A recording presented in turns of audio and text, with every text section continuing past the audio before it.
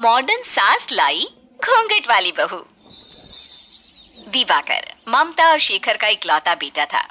वे लोग शहर में रहते थे, इसलिए शेखर चाहता था कि वो अपनी बेटी की शादी शहर में करवाए। तो वहीं दूसरी ओर ममता अपने बेटे की शादी गांव की एक लड़की से करवाना चाहती थी, ताकि वो हमेशा अपनी बहू पर अपनी चला सके। ममता, ये तुम्हारी कैसे जिद है? हम लोग शहर में रहते हैं और तुम खुद इतनी मॉडर्न हो, और इतनी मॉडर्न होकर अपने बेटे के लिए गांव की लड़की लेकर आना चाहती हो, वो भी ऐसी लड़की जो घूंघट में रहे। अगर मैं अपने जैसी मॉडल बहू ले आई तो मेरी बहू मुझ पर ही हुक्म चलाने लगेगी, और मैं नहीं चाहती कि मेरे घर में किसी और की चले, समझे आप? तुम चाहती क्या हो ममता, और क्या बोल रही हो? मुझे तो कुछ समझ में नहीं आ रहा। आपको कुछ समझ में आएगा भी नहीं, इसलिए आप चुप रहिए और मुझे मेरा काम करने दीजिए। करो, तुम्हें जो करना है। शुरू से तो तुम अपनी ही चलाती आई हो। इस तरह से ममता अपने पति को चुप करवा देती है और अपने बेटे की शादी गांव की लड़की पूजा से करवा देती है। बहू, अब से ये तुम्हारा ससुराल है। तुम जानती हो ना ससुराल में बहू कैसे रहती है? जी माँ जी, मैं सब जानती हूँ। वेरी गुड, चलो फिर बाहर आ जाओ, पर घूंघट में आना। बाहर तुम्हारे ससुर जी हैं, पता है ना, ससुर और जेठ के सामने घूंघट में रहती हैं बहुएं। जी माँ जी। ममता के कहने पर पूजा घूंघट में बाहर जाती है। अपनी बहू का घूंघट देखकर शेखर ममता से कहता है, ममता, ये सब क्या है? बहू ने घूंघट क्यों किया हुआ है? बहू, इस घूंघट को हटा दो। ये आप कैसी बात कर रहे हैं? ये हमारी बहू के संस्कार है, और भूलिए मत, बहू हमेशा ससुर और जेठ के सामने घूंघट में ही रहती है। बहू, तुम अपना घूंघट हटा दो, कोई जरूरत नहीं है घूंघट में रहने की। मैं तुम्हारे पिताजी समान हूँ। पर पिताजी, मैं घूंघट नहीं हटा सकती। माँ जी बिल्कुल सही कह रही हैं। ये मेरे संस्कार नहीं है कि मैं अपने ससुर जी के सामने बिना घूंघट के घूमूं। ममता, तुमने बहू को बहुत अच्छी पट्टी पढ़ाई है, पर मेरी भी एक बात याद रखना, बहू ज्यादा दिन तक घूंघट में नहीं रहेगी, और एक दिन ऐसा आएगा जब तुम अपनी मनमानी नहीं कर पाओगी। मेरी खुशी तो आपसे देखी ही नहीं जाती।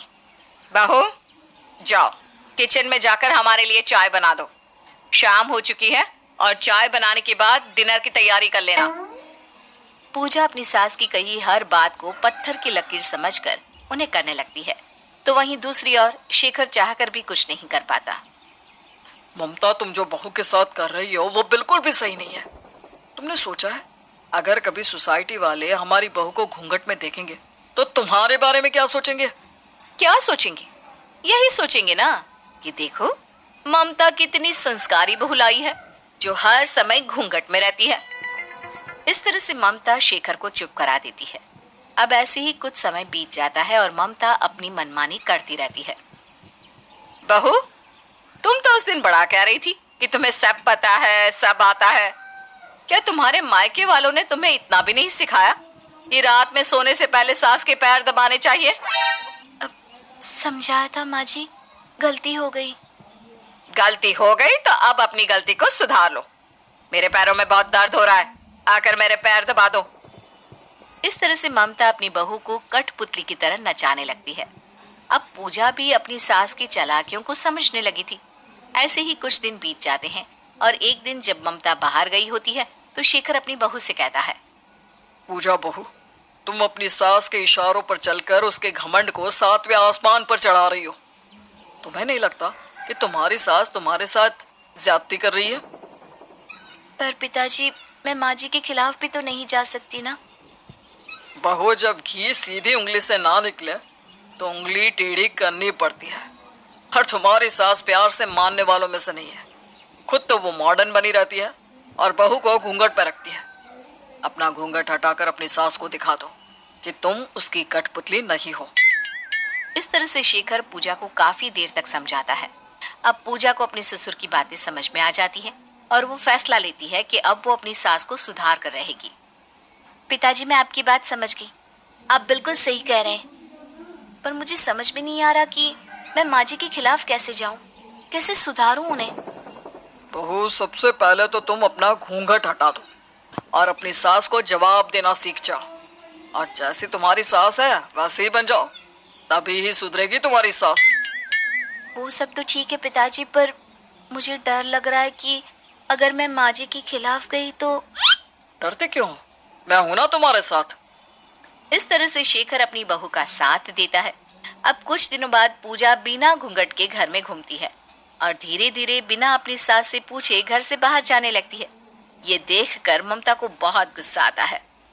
बहू रानी, अभी तुम्हारी शादी को 6 महीने भी नहीं हुए और तुमने अपने असली रंग दिखाने शुरू कर दिए। बहुत पंख निकल गए हैं तुम्हारे। सही कहा माँ जी। वो कहते हैं ना, जैसा देश वैसा भेष। देखिए ना, यहाँ कोई घूंघट में नहीं रहता। अब मैं दूसरों को क्या कहूँ जब मेरी खुद की सास इतनी मॉडर्न है। जब सास इतनी मॉडर्न है तो बहू देहाती कैसे रह सकती है। इतना बोलकर पूजा हंसती हुई वहां से चली जाती है।